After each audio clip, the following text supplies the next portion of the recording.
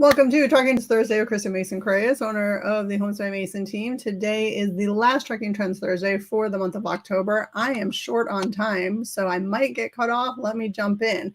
Interest rates are decreased for the fourth consecutive week in a row. And the Fed met and they did decrease their Fed rate by 1/4 of a point.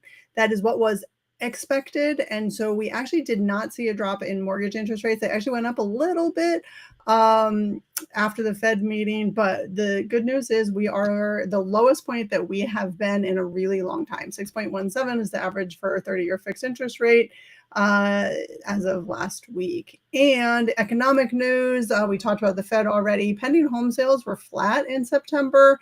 Home prices rose year over year, but at the slowest pace in 2 years. So that pace of growth, that amount of growth has decreased, although it's still up.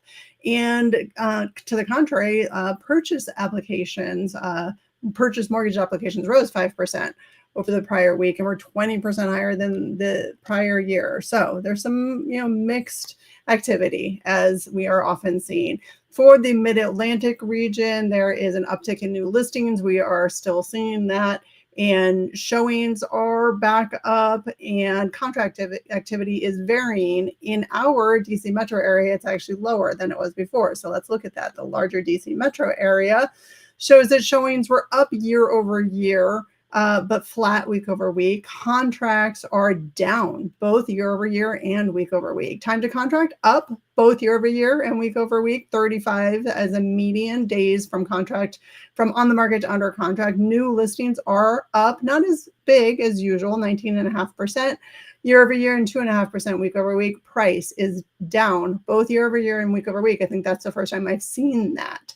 Again, this time of year, not surprising to be down week over week. Year over year, we don't usually see prices down year over year. Active listings up by 37% year over year.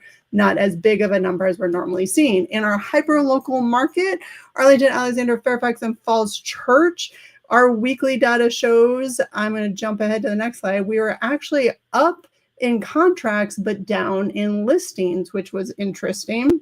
And that led to our demand to supply ratio going up. We were at 86.4%. That's a higher number than we've seen in quite some time because there were more contracts than listings that came on them. Well, not more, but higher than usual number of contracts, higher than the last week, and lower listings. So that was an interesting phenomenon last week that I don't know what to attribute it to.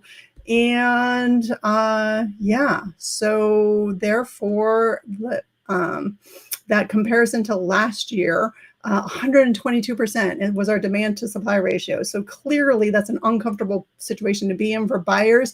We are not in that situation anymore. It's actually a relatively good time to be a buyer in our market. There are more choices, there are more options, there's more negotiating room, there's more breathing room, there's more time to make a decision for buyers.